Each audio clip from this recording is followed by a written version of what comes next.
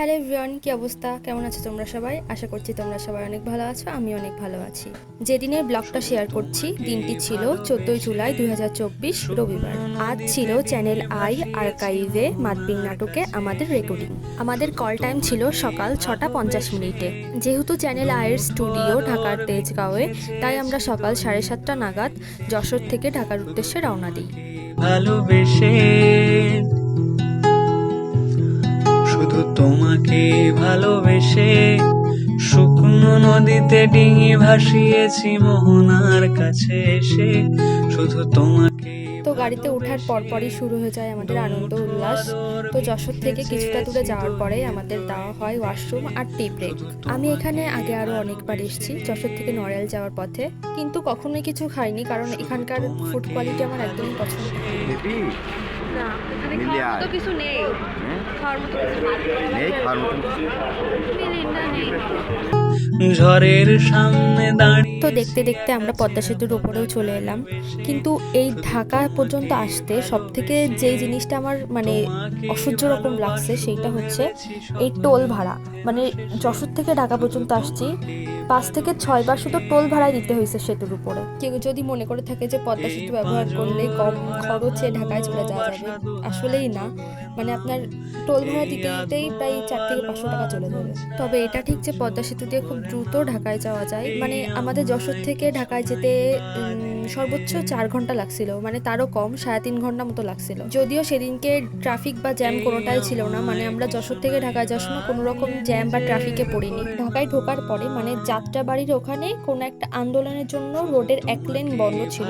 তো এক পাশের লেন দিয়ে আমরা যাচ্ছিলাম, বা ওই লেন দিয়েই আসছিল লোকজন, এই কারণে একটু 20 মিনিট দাঁড়ায় থাকতে হয়েছিল। তো এরপর আমরা পৌঁছায় যাই চ্যানেল আই স্টুডিও তেজগাঁওয়ে। অ্যান্ড সবার আগে আমাদের গাড়ি ঢুকছিল, অ্যান্ড আরো 2টা গাড়ি আমাদের পিছে ছিল, তারা হয়তো জ্যামে ছিল, এই কারণে আসতে একটু দেরি হয়েছে। আমরা ওখানে পৌঁছাই সকাল 11টা নাগাদ, এবং আমরা ওখানে গিয়ে মাত্র 20 থেকে 25 মিনিট রেস্ট নিয়েছি। এমনি আমরা জার্নি করে গিয়ে অনেকটা টায়ার্ড ছিলাম, কিন্তু আমাদের ডিরেক্টর আমরা যাওয়ার পরে আমাদের দিয়ে 2 ঘন্টায় 2 বার করে রান থ্রু করাইছে। আমরা ফ্রেশ হওয়ারও টাইম পাইনি। 1:30টার সময় আমরা লাঞ্চ করি, লাঞ্চ করতে করতে প্রায় 2:30টা বেজে যায়। লাঞ্চের পর রেস্ট নেওয়ার জন্য আমরা মাত্র 30 মিনিট টাইম পাই। এরপর রেস্ট নেওয়ার জন্য যখন আমরা রুমে যাই, গিয়ে দেখি 2টা এসির সার্কিট নষ্ট, তো এসি চলে না। ফ্যানের নিচে যে রেস্ট নিতে পারছে, তো ওখানে ঘুমাইছে, কিন্তু আমার পক্ষে সম্ভব ছিল না বলে আমি আর ঘুমাইনি। আমি এসে রেডি হওয়া শুরু করি, কারণ আমাদের ক্যামেরা অন হবে বিকাল 4টায়। তো 1 ঘন্টার ভিতরে রেডি হওয়া একদমই সম্ভব না সবার পক্ষে। তো কেউ যদি একজন আগে রেডি হয়ে যায়, বা কয়েকজন যদি আগে রেডি হয়, তো অন্যদের পক্ষে রেডি হওয়ার জন্য সুবিধা হবে, বা অন্যদের হেল্প করতে পারবো। এইসব ভেবেই আরো আগে আগে রেডি হতে বসে গেছিলাম। যাই হোক, ক্যামেরা অন হওয়ার পরে তো আর ফোন হাতে রাখতে দেয় না, তো ফোন যার যা জিনিসপত্র আছে সবই জমা দিয়ে দিতে হয়। এই কারণে ক্যামেরা অন হওয়ার পর আর কোনো ভিডিও ক্লিপও নিতে পারিনি। আমাদের শ্যুট শেষ হয় 10:30টারও পরে, 10:40-এর দিকে। তো আমরা 20 মিনিটের ভিতর নিজেদের ড্রেস আপ চেঞ্জ করে নিই। ফ্রেশ হতে হতে আমরা একটা সাডেন প্ল্যান করি যে এখান থেকে যশোর যাওয়ার পথে আমরা পদ্মার ইলিশ খেতে মাওয়ায় যাব। যেই ভাবনা সেই কাজ। তো আমরা বেরিয়ে পড়ি মাওয়ার উদ্দেশ্যে, কিন্তু আমাদের সাথে 3 জন যেতে পারিনি। তাদের বাসায় ছোট ছোট বাচ্চা থাকার কারণে তারা আর বেশি রাত পর্যন্ত থাকতে পারেনি। তারা একটা গাড়ি নিয়ে 3 জন চলে গেছে, আর আমরা বাকি সবাই গেছিলাম মাওয়াতে। আর মাওয়ায় যাওয়ার পর আমাদের প্রথম কাজ হলো মাছ সিলেক্ট করা। তোমাকে ভালোবাসবো ভেবেছি শত আমাদের মাছ দায়িত্বপ্রাপ্ত নাম বলো। হ্যাঁ, নাম বলো। দায়িত্ব করতাম, এই যে টোকেন আমার টোকেন। ও আচ্ছা, তাহলে আমরা কত টাকার ইলিশ সুইচ হয়ে গেছে? আমরা 5টা ইলিশ কিনেছি 3500 টাকা। এত কম দাম কেন? আর কম নয়, এটা হচ্ছে আমরা অনেকদিন দোকান খুঁজে 700 রেটে পেয়েছি। ও আচ্ছা আচ্ছা। তাহলে এই ইলিশটাই আমাদের 8000 টাকা দিয়ে কিনতে। ও আচ্ছা। দোকানটার নাম বলি তো, দোকানটার নাম হচ্ছে আলমদিন। প্রমোশনাল ভিডিও হচ্ছে নাকি? আদা গরিবে নিয়ে এই ল্যাস দিয়ে কিন্তু ভরতে হবে। ও আচ্ছা। স্পেশাল ভাজি হবে। ও আচ্ছা। আদা স্পেশাল ভাজি আর ভর্তা। আচ্ছা আচ্ছা, চশমার রহস্য নাকি? কারণ হচ্ছে কি, এই যে আমার ডান্ডিটা ভেঙে গিয়েছে, এখন চশমা ছাড়া আমি অচল। হ্যাঁ, যার কারণে আমি নসিমন্দুরি বেঁধে নিই।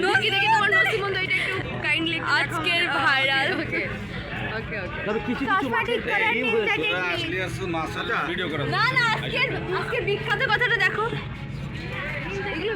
মাছের ভিডিও সাথে দায়িত্বপ্রাপ্ত যারা আছে তাদের একটু দায়িত্ব। তোমরা আর কি আচ্ছা, এই যে আমরা এখন মাওয়াতে অবস্থান করছি, অবস্থান করছি এই যে বিবর্তনের মাদ্রিং যে নাটকের বাহিনী, এই খাদক বাহিনী এখন এই যে 5টা বড় বড় ইলিশ মাছ কিনেছে। 5টা ইলিশ মাছ এখন কাটাকাটি হচ্ছে, এটা ফ্রাই হবে, তারপরে ভক্ষণ হবে। এটা লেগে গেছে, শুরু ভাই ইলিশ মাছ খাওয়াতে নিয়ে এসেছে আমাদের। ওই যে ইলিশ মাছ কোটা সেই জন্যে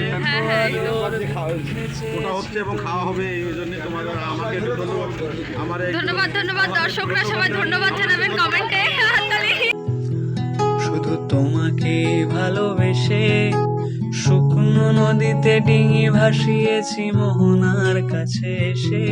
শুধু তোমাকে ভালোবেসে দুমুঠো আদর ভিক্ষে চেয়েছি দরিদ্র এই দেশে। শুধু তোমাকে ভালোবেসে,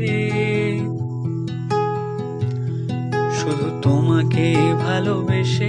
খাওয়া শেষ, এখনো টিমের সবার খাওয়া হয়নি, যাদের এখনো বাকি। সুজলতা কতক্ষণ লাগবে?